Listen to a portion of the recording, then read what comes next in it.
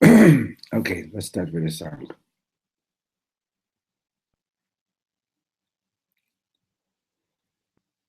Ivdu et Hashem besimcha, Ivdu et Hashem besimcha, Ivdu et Hashem besimcha, Ivdu et Hashem besimcha. Vayelefanav yinana, Vayelefanav yinana, Vayelefanav yinana, Vayelefanav yinana. Ivdu et Hashem besimcha, Ivdu et Hashem besimcha, Ivdu et Hashem besimcha, Ivdu et Hashem besimcha. Vayelefanav yinana, Vayelefanav yinana, Vayelefanav yinana, Vayelefanav yinana. Okay. So, as a child, besides eating some bakser on Tu B'Shvat, what did you used to do on Tu B'Shvat? Not much, right? No. What did you do on Tu B'Shvat? Not much. What did you do? And you? Not much. You? Not much. You? Not much. And you? We used to have a group, not everybody, we used to have a group who went to plant trees. Yeah, the JNF, they would go and they organized tree planting. That was nice. I didn't go. Yeah. When I was younger, I went, but when the children were younger, I used to take them. Yeah.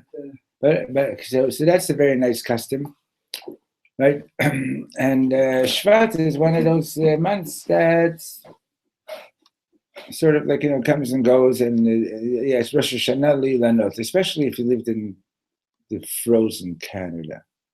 Right, I was always in summer. Okay? Yeah. Like Shvat was like full of snow and so on. It was sort of hard to understand. Like this is Rosh Hashanah this is the new year for the trees. Like, it was always difficult to relate to. Anyway, so we started learning. We're going to go back to what we started on Sunday about Kabbalah Shabbat, but not yet today. So we started learning yesterday, teaching from Rav Shlomo on the month of Shvat. That's based on, some of you weren't here yesterday, Malka, that book over there, the brown one, on the second shelf that's standing again. So I want to show it to you again. This is a great book. It's The 12 Dimensions of Israel by Nechama Nadvorny.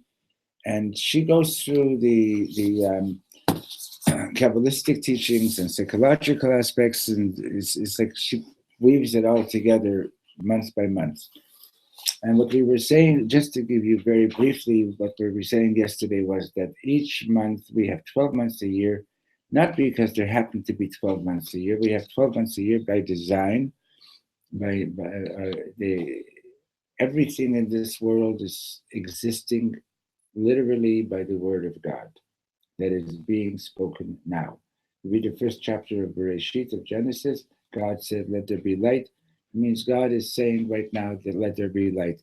And the whole, and those words, those letters of the utterances of creation are the, so to speak, okay, like the code by which creation is taking place from the non-existent into the existent that we're living in, okay?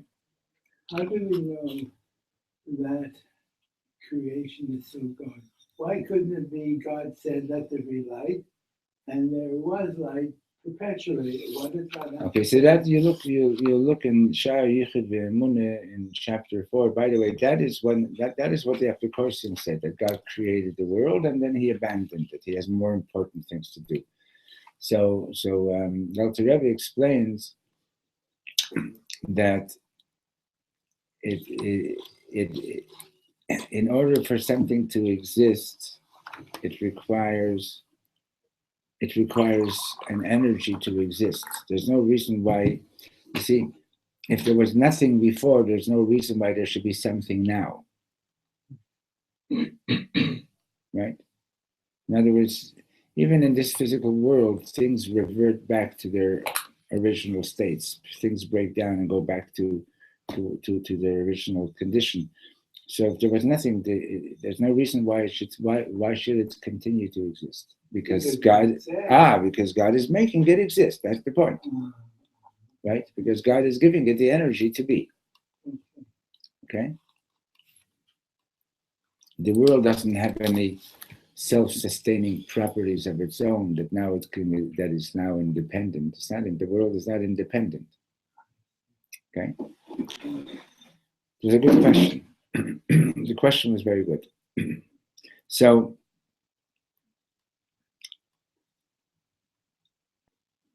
the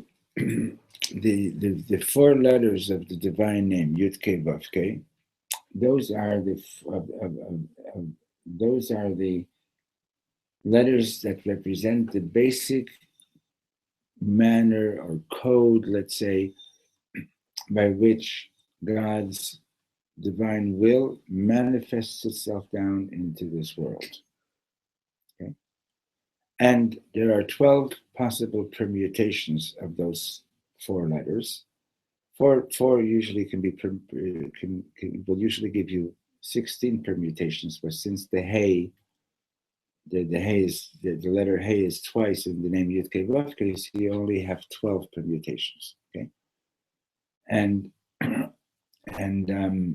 it's because of these 12 permutations that you have the 12 months. Understand? Each month is the divine life energy being delivered in a particular way. Okay? Don't walk out of here thinking that you're already a Kabbalist. We're not. Okay? Now, this means to say that each month has a particular character, and each month is associated with another one of the 12 zodiacs. Each month is associated with another of the 12 tribes. This month of Shvat is the month of Asher. This month of Shvat is also, each month is associated with a particular physical characteristic in our bodies. So this month is associated with eating. Okay? Meaning to say that this is a good month to work on your eating habits as well. Okay. And then there are 12 basic letters in the alphabet, and I still, after all these years, don't quite understand what defines those 12 as being unique. But let's just say each month has a particular letter. The letter for the month of Shvat is the letter Tzadi, which we usually pronounce as Tzadik, okay, which means the righteous one. So Rav Shlomo started his teaching by saying, why is it that we are pretty much the only creature that will eat and eat and eat, and beyond what we need? Most animals eat as much as they need, and then they stop. Then when they get hungry, they eat some more. Okay, we'll sit there. You can see this at a bar mitzvah or at a wedding or at a kiddush or in a restaurant. You'll see, like, as a matter of fact, I remember when my parents went the first time for a little vacation in Miami. My father came back and he told me that in some of the hotels, like the breakfast was sort of like part of the cost of the hotel. Like. So there were people that they would stuff themselves at breakfast, so they shouldn't have to buy too much at lunchtime. And these are older people, and a lot of people, like, you hear the ambulances in Miami all the time. And a lot of the people were being taken away by ambulance because they were simply overstuffed. Like they just couldn't handle eating so much. But why do people do that? More. Why don't we just naturally feel satiated when we are satiated?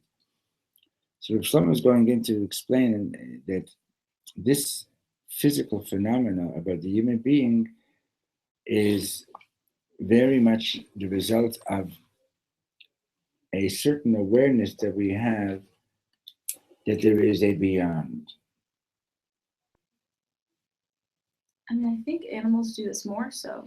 No, They'll, just like, there's only one or two animals that you actually have to control how much they eat. I think the pig and I don't know which other one, I but mean, dogs. no, dogs will not just eat and eat and eat. Goats. Also not. No, they eat what they need. How many goats do you see at Weight Watchers Anonymous? You know, you don't see them in these weight control programs. I mean, there are overweight animals in nature, though. Like, maybe it's not so common, but it does happen. In your house, maybe. But I've not like in the wild. not in the wild for sure. I've not. seen overweight squirrels. No, you haven't. You see squirrels that before winter they're bigger. Like, you know, there are animals that, like, you know, they because the food supply is scarce during winter, so they either store food or bears hibernate, so they get very big before winter, and then that's their food. Like, you know, that's what they live off the whole winter. Like, I mean, also, like, when you feed a pet, like, they'll eat whatever you put in front of them, whether they're hungry or not. But like Marissa said, not in the wild. And besides, and when you feed a pet, like, you know, they don't have the regular freedom of movement that they normally have, etc. Like, you know, so and so why is that? So he says that as a human, you have this awareness that there's something beyond. There's something more that you want. Okay, you want to go beyond. Okay, now, if you're not aware what this beyond is, okay, so you think I need another car, you think I need another shirt, you think I need another dress, another suit, another house, another vacation, and you keep on going for those kinds of things. I think I told you once, years ago, Reb Shlomo came to give a class at our house in Montreal, and he came on Lag BaOmer. And in Montreal, I'm sure in other cities as well, like, you know, the custom there was that all the Jewish schools would get together and we would have a parade through the streets of through some of the streets of the city. As it happened, that particular year, there were some terrorist threats, so the police had us do our march not in the neighborhood that we normally would do it, like, you know, like in a busy business section, or sort of. But so we were told to go and do the march in Côte Saint Luc, which is sort of like a middle class Jewish neighborhood. And as we're marching through the streets, my French co-teacher, she's looking around at the houses and she says in French, she says, "Mais quelle grande maison!" Oh, such big houses. And I knew her. She wasn't anti-Semitic. She was just commenting that, I mean, she herself was coming from an upper middle class house. And it struck me, like, you know, like, why did she say that? It happened to be that night when Reb Shlomo came and gave the shir, the class, he was talking particularly about that issue. He says, why is it you give, you know, Johnny Appleseed, give him a jalopy and he's happy, okay? Give a Jew gets a nice car, tomorrow he wants a second one, right? He gets one house, he wants a second one. Why? So the world thinks of it as greed, that we're greedy. But Rav Shlomo says that's not the problem. That's not this. It's not a matter of greed. It's when God created us and sent us down to this world, He designed us in such a way that we shouldn't forget where we come from. Okay. how he created within us a certain emptiness, a certain feeling of emptiness, so that we should yearn for that which is going to fill our emptiness. In other words, we should yearn to be connected with God all the time. Right? Because the fact is that when you're not, you feel pretty empty. Okay? So here's this Yid, this Jew, and he's feeling empty. So he sits down and he meditates and he's, I need a BMW. Okay? Or I need a car. Yeah. So he goes and he gets one. Mazel tov. 24 hours later, he's feeling just as empty. Because that emptiness that he's experiencing cannot be filled by a physical object. Want to get the door, please? No, he didn't knock you, there's a sign. Okay? That emptiness is so special. That empty space is so, you're going to have to move a bit to your left because this is over here. And he's going to want a plastic chair. No, the Hope has his foot on it. Switch chairs with him. You're okay. So that empty space is so holy that nothing but something holy could fill it. So he gets himself a car, and the next day he feels just as empty. So he says, it's because I need two. So he gets his second car, and he feels just as empty. He says, it's not a car, it's another house. And it feels just as empty. Okay? So, and it's not true across the board necessarily, but in general, it's true that Jews are always wanting more. Okay, the world doesn't really know how to handle that, and that's one of the things that relates to anti-Semitism. But without going there, okay. So if you don't know what it is you're yearning for, and you're going to constantly look for some kind of something from the physical realm to fill that emptiness, it's not going to work. Okay. So we need the tzaddik, we need the righteous person to help us understand that what we're yearning for is for something that's truly holy. Okay. What does a tzaddik, what does a righteous person basically do? When you meet with a holy righteous person, they're talking about the stock market, they're talking about the lottery, they're connecting you with your connection to the supernal realm. Okay. Now, the reality is what Reb Shlomo was saying yesterday is that how do you know that you actually can be here and actually be yearning for the highest? Well, take a look at it. A very interesting phenomenon. You could be the lowest lousy person today, and tomorrow you can be a very holy person, right? In other words, the human being, Adam, the name Adam itself, which means man, right, is explained as meaning two things. One is that the word Adam comes from Adama, from earth. Right, man is made from the earth, from the earth of the world. And another one is Adam Adameh Elyon. Man has the ability to be similar to the supernal one.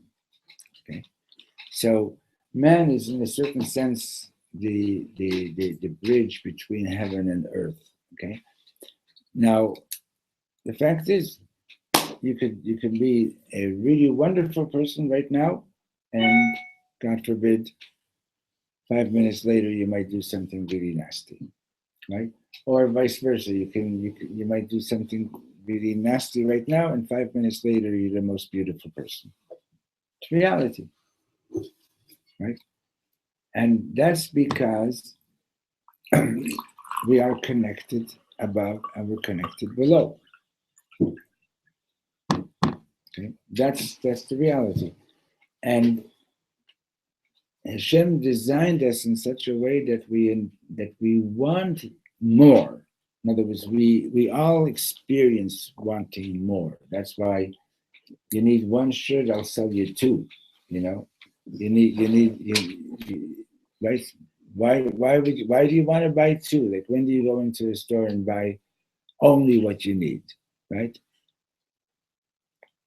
I one day years ago, I went into my bathroom and I realized I had all these bottles of this and that and that and that and that.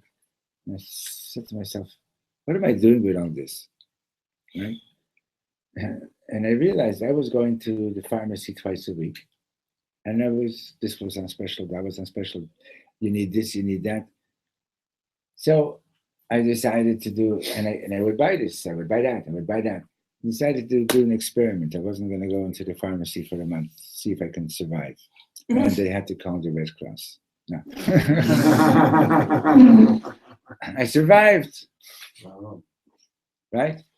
In other words, a lot of the things that we have and that we buy, we don't even actually need them. We don't need them. But because you generally experience wanting and desiring, so smart people know that, and they say, okay, I'll get you to buy this, I'll get you to buy this, I'll get you to buy this. Right? So I think I told you this years ago. National Geographic did it's been published as a book also. They did a very interesting project. They sent photographers around the world. And their job was to photograph a family of 4 with all their possessions. Okay? So you have a picture of a family somewhere in Asia, family of 4, with all their possessions. They're sitting on a mat no bigger than this tabletop, with with a mortar and a thistle, and a couple of cooking utensils, and that's it, right? And then you go to another country, and you see, like, for example, in Russia, a family of 4 with all their possessions. Like, what they did was they took all the possessions outside the house and photographed them with all their possessions. It's probably even online, and it will take up like the space of, let's say, not quite this big room, okay?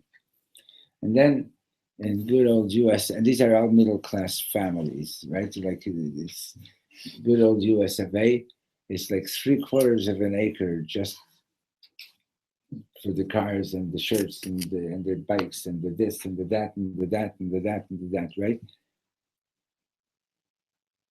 Okay, so I'm not giving mussar over here. I'm just saying that we experience need, and if you don't know what it is that you're needing and wanting, you think, or you can easily be misled into thinking, oh, it's 5 different kinds of shampoo. It's you know, this T-shirt, that suit, this, that, and so you need to have. So that's what Shvat, the month of Shvat, is about: stuffing, eating and stuffing. In other words, so to get to know this natural phenomena which pretty much defines the human being, and the letter tzaddik being associated with the month of Shvat, is basically telling us, go and find yourself a really holy person that will be able to help you be connected to your inner essence, and to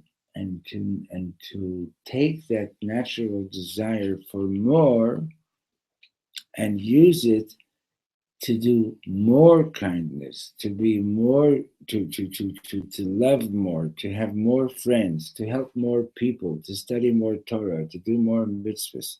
In other words, don't strangle that desire for more. Use it in the right place. When you first started speaking about more, I didn't understand. No, I didn't agree with you.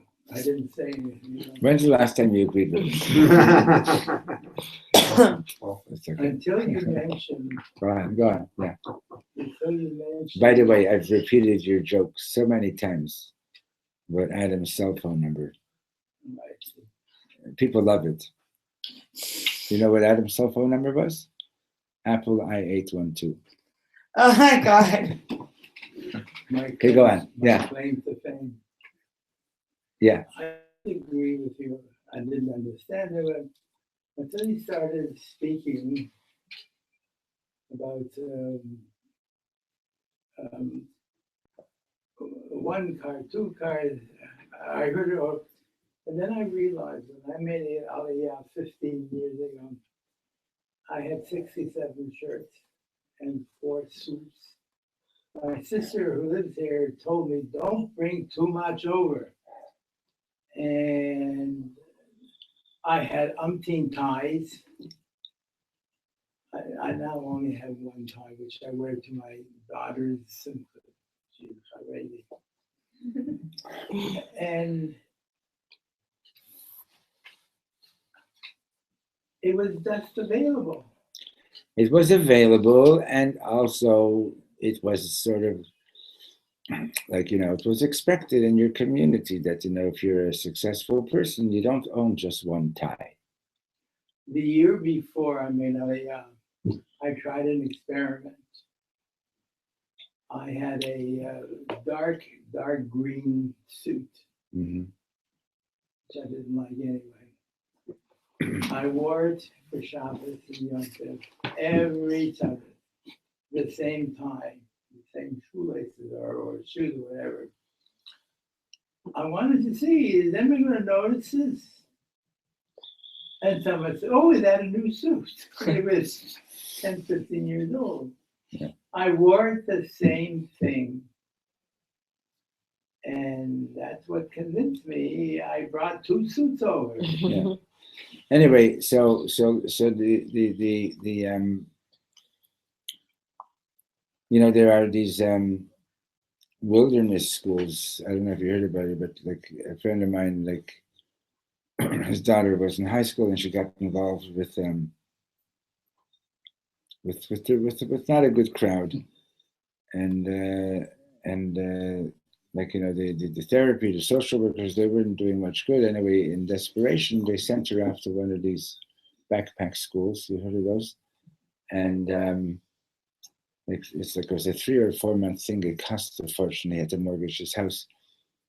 But the rule was for the students, for the kids, you're only allowed to bring what fits into one regular sized backpack. And that's what you're going to have with you for the next 4 or 5 months. Right?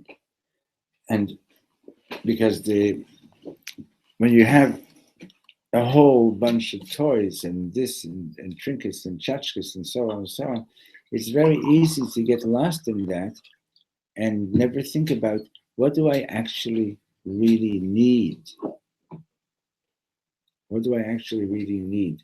Right? And when you're going into a program where they tell you all you're allowed to bring with you is what you can carry in one backpack for the next 4 or 5 months, you really have to sit down and think, do I need this? Do I need that? Is it worth schlepping it with me, right? Is it worth carrying it for 4 months, on my back? Okay, so that's where we are. So let's go back to Reb Shlomo, okay?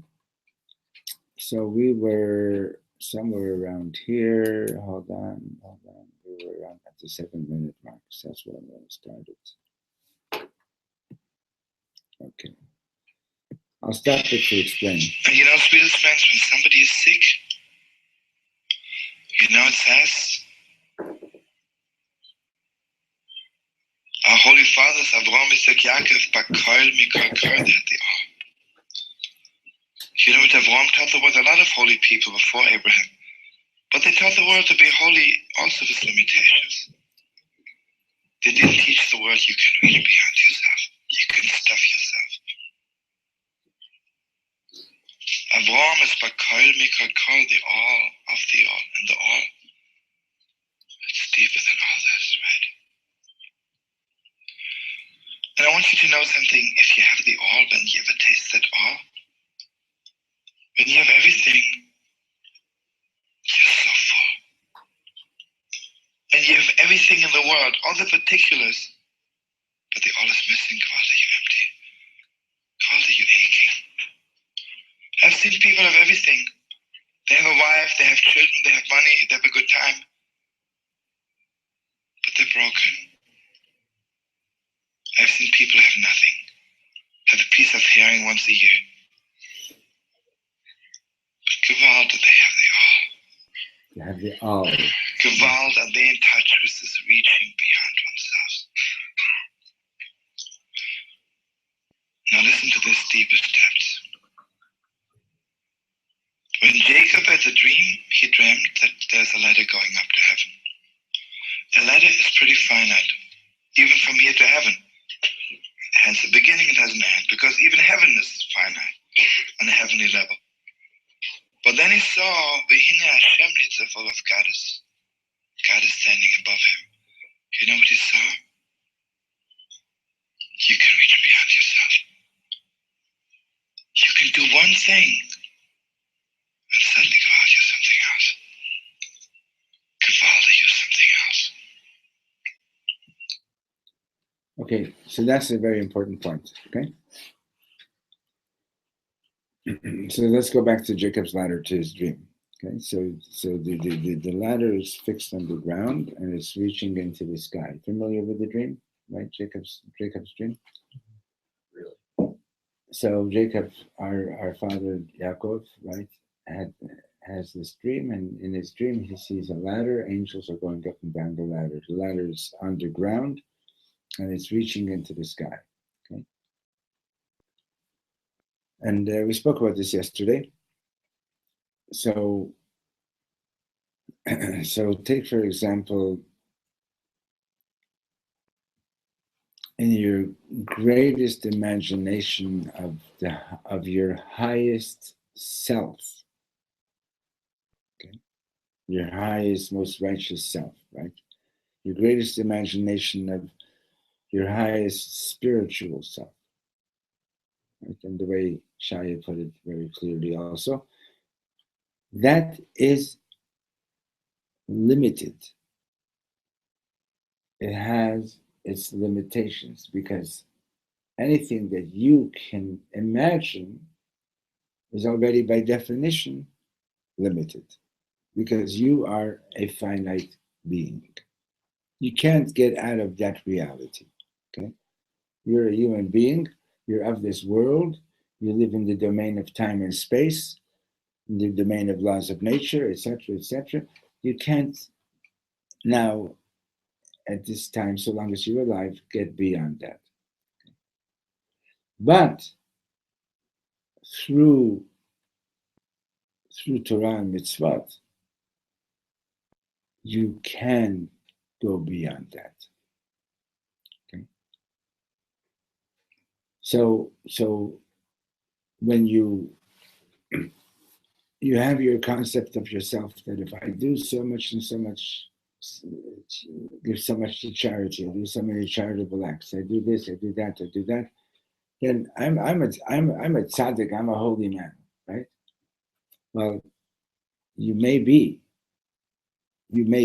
but you still have not gone beyond. You've not reached beyond. What do you have to do to reach beyond? Okay. So, but when you now, so what does Jacob see? He sees that angels are going up and down the ladder. Angels are also finite beings. But beyond the ladder is God. To connect with Hashem, to connect with God, that takes you beyond the ladder. Okay. Now, how do you do that? So the rubbish, there are a number of important pathways, right? But one thing in particular that we're getting to right now is that in the teachings of Chabad Hasidus, it teaches to practice hitbonenut, right? Right? Hitbonenut means to study something and to learn it deeply and to meditate on it at length to the best of your ability and to do that frequently. Okay? So let's say you're learning any mitzvah that you're studying in the Torah. And you study it well and you know exactly what it involves and what it requires of you, etc., etc. Okay? And you meditate on it, and it's like the more you do that, the more you see, wow, this is so awesomely beautiful. But when it comes to actually doing the mitzvah, you know how you're supposed to do the mitzvah? You, so to speak, have to erase everything that you know and do it for just one reason, because God said to do it. That's what the Rebbe was always talking about, Kabbalah's oil, accepting the yoke of the kingdom of heaven, right? We've mentioned a few times already that the Baal Shem Tov said that he would gladly give up all his spiritual gifts to do a mitzvah like the simplest yid. How does a simple person who's very poorly educated or has no education whatsoever, no significant education, and he does a mitzvah, and you go over and you say, Yankel, Hanali, why did you do this? What's this mitzvah about? And they'll tell you, I really don't know. I just know that God said do it. So they're doing it for the purest reason. Because Hashem said, Hashem means the name, it's a way of referring to God. They're doing it for the purest reason, because God said to do it. Okay? That's Kabbalah soul. In other words, taking on the yoke of the kingdom of heaven. I'm a servant of God. My master wants me to do this. I have to do this. Okay. Now, when we do that, you're going beyond your mind.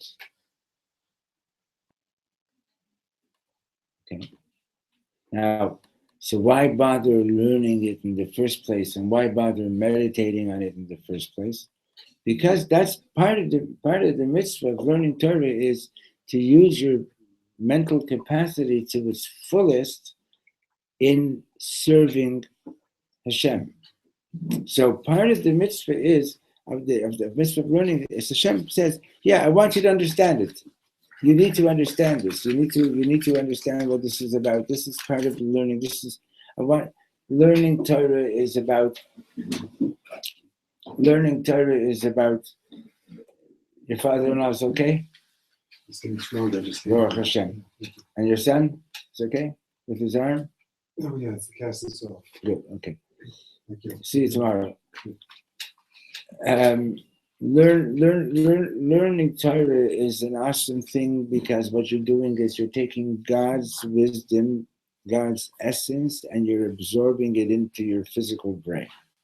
Okay, it's an amazing thing, right? That you're actually putting divine wisdom into this physical brain, right? Instead of memorizing pages and pages of basketball and baseball and football scores, right?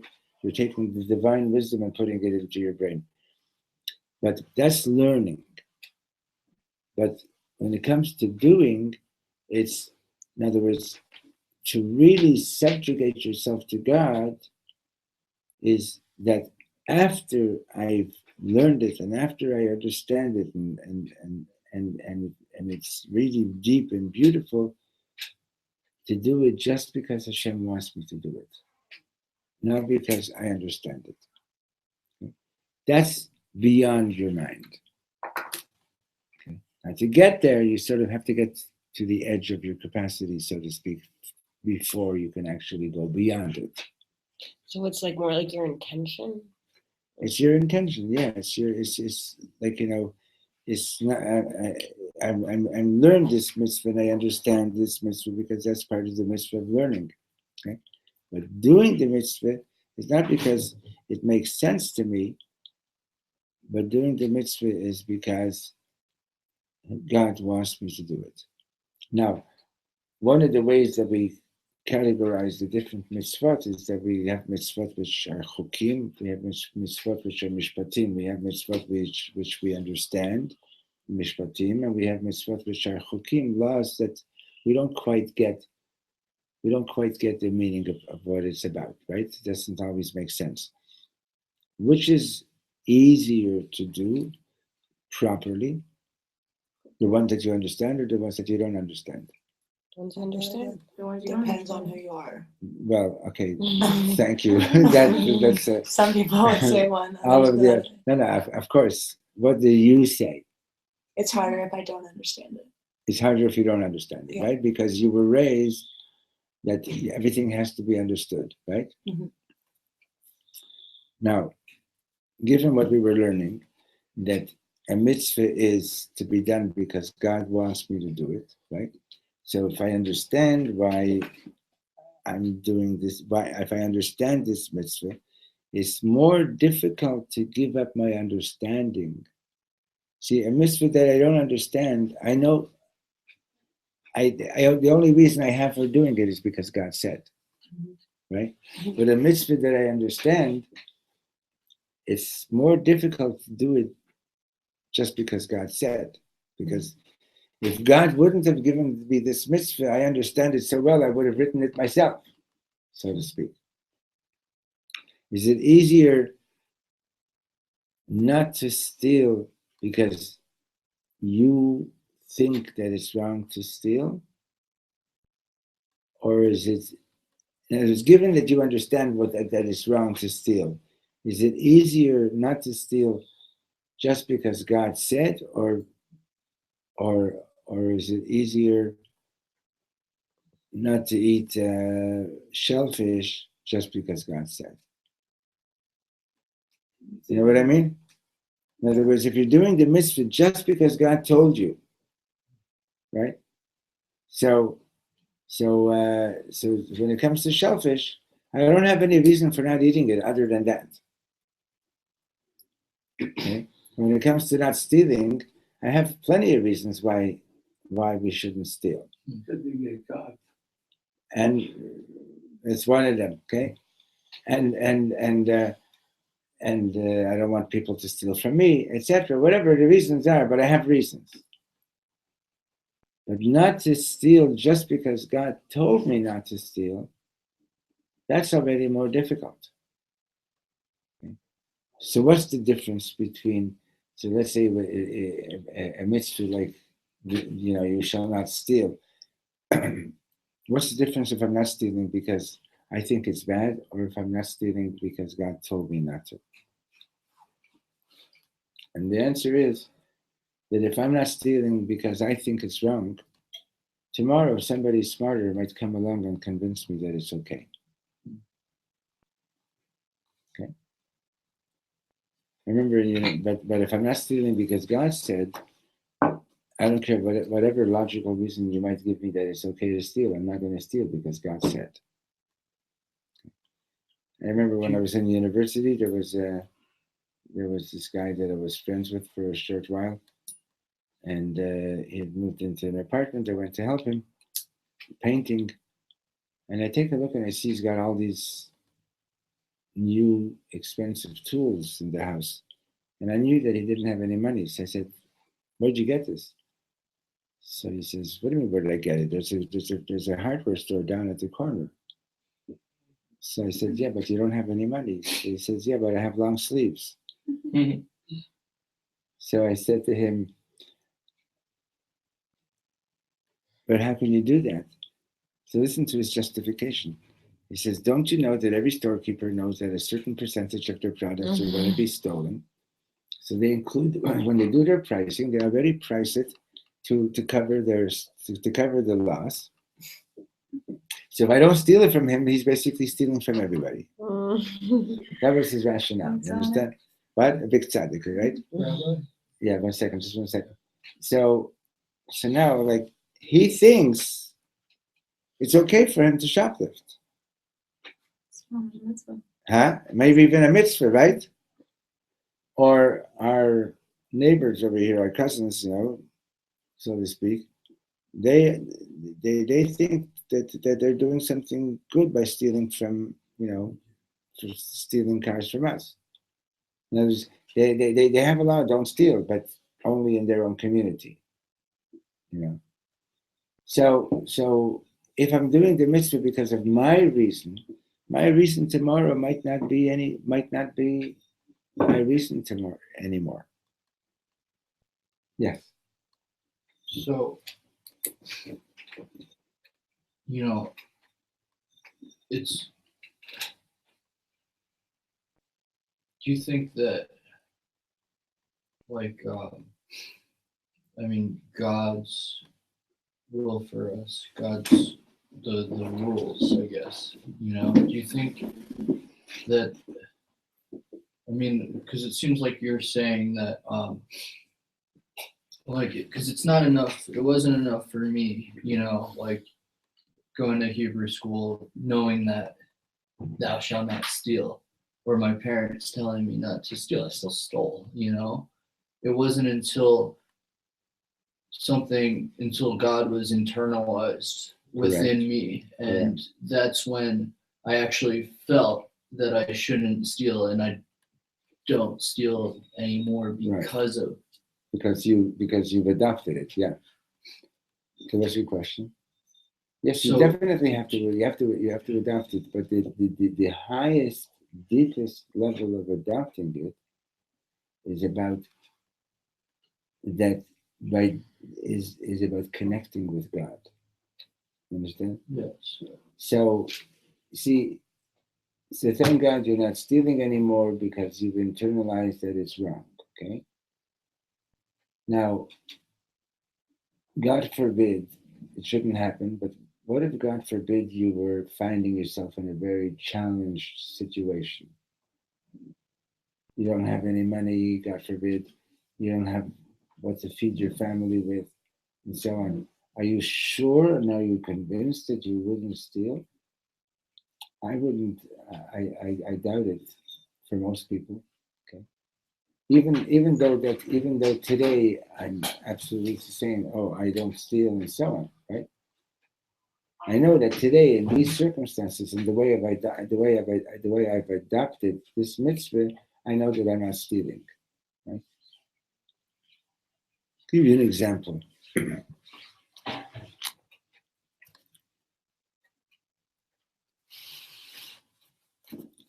During the Holocaust, the Nazis came in to the Lodz ghetto, and they went to the Jewish organization, and they said, here are 5,000 passes. We want you to distribute them to skilled laborers. Coming back in 3 days to get those laborers, to get those workers. It didn't take long before everybody realized that what they were planning to do was to take the skilled workers and to wipe out everybody else. Okay. So now the question was, should we help them and actually distribute the passes? And if we're going to distribute the passes, should we give it to the people that they want us to give it to? Or should we make our own decisions as to who's going to get the passes? Anyway, it's a whole long story as to what happened. But basically what happened was like this, is that people were pretty much starving. A lot of people were barely able to walk. Now, some people, some stronger people went and grabbed the passes out of weaker individuals in order to save their own life. My question to you is, are you absolutely certain that if you were in that situation, that you wouldn't take away somebody else's pass?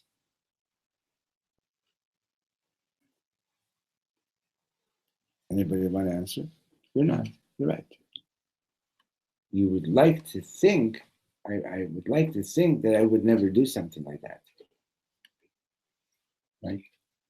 But you have to be quite a well-developed, real good human being to be on that level that when your own life is in danger, you're not going to take it away from somebody else. Understand? So where could you, as a human being, you're wired for survival. Okay? Lifeguards are taught, never let the drowning person grab hold of you, because if they do, they're going to drown you, even if it's a child. Because at that moment, the person who's drowning has what they call a dead man's grip. You'll never get their hand off you. Okay? And because the instinct to survive is phenomenally powerful. You have to be quite a connected person with Hashem to be able to overcome that instinct when your life, when it's a question of my life or your life. Okay? Understand? So to achieve that level of consciousness and being, so if I'm not stealing today because I think it's a bad thing, well, in different circumstances, I might change my mind. But if I'm not stealing because I know that it's a bad thing, but the real deeper reason for not stealing is because God said thou shalt not steal, right? So then nothing's going to change my mind. I guess my question is, do you think that God is something that can be internalized without studying the Torah per se? If God's a notion, if God's a feeling that's internal to us as humans? It's the answer is yes and no. In other words, you naturally can internalize God because you have a soul, which is a part of God. But to know how am I supposed to live my life in a way that I can make the reality of God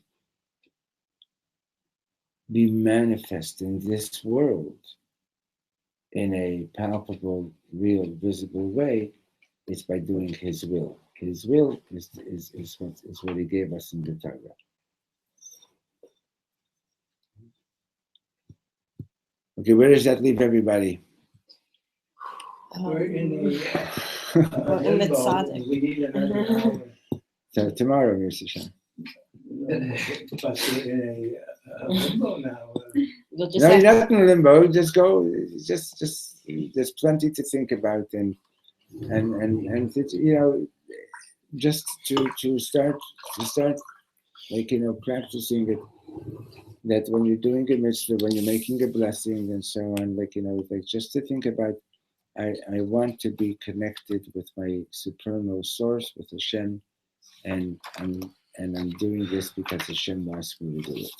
Do we think that way for every mitzvah? We should try to. It's taking a simple Yeah. eating kashrus. Yeah. There's no reason. Even when you're taking a medication, there's a prayer to say, God, I believe that you are the one who is the healer, but you designed the world in such a way that you're giving me the healing through this medication.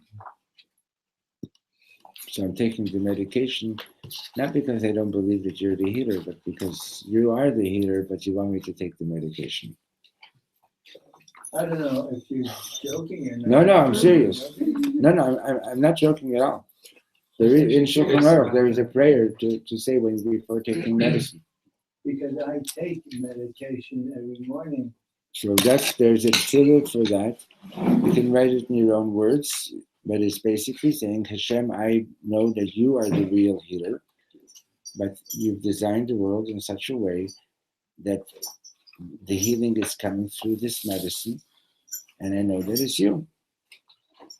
And I don't want to forget that it's you. That's powerful stuff. Yeah. Of course, this is why we came here anyway. You know? Someone was telling me there's a rabbi that has a stomach cancer, Yeah. and he refuses to take any radiation or whatever, and he's gonna just through happiness. Yeah, but that's I've heard of that kind of thing, and see the thing, there's different things about different medications. I was told that the way they treat cancer is that the chemo is actually more toxic than the illness itself, and because they don't know how to deal with the illness itself, so they try to deal with it through killing the cells in the body and so on. But if there is a proven medication for something, I don't know if you're not, and it doesn't have any dangerous side effects. According to Jewish law, if the doctor says you got to take the medicine, you got to take the medicine. Ain't something on the nace. You can't just say, "Oh no, I don't need any medicine. So I'm going to rely purely on God." You know the story about there was a flood, and this guy goes from his ground floor, and he moves up to the second floor of the house. The streets are flooded. The police are coming by with boats, and they're saying, "Come on, we're going to take you to safety." He says, "No, God's taking care of me."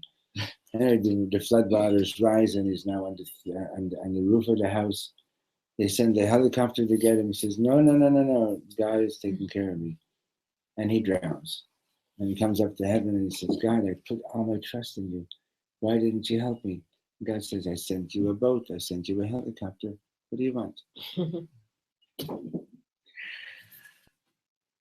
Yeah. Okay, we continue tomorrow, Mr. Shem. Thank you. Thanks a lot.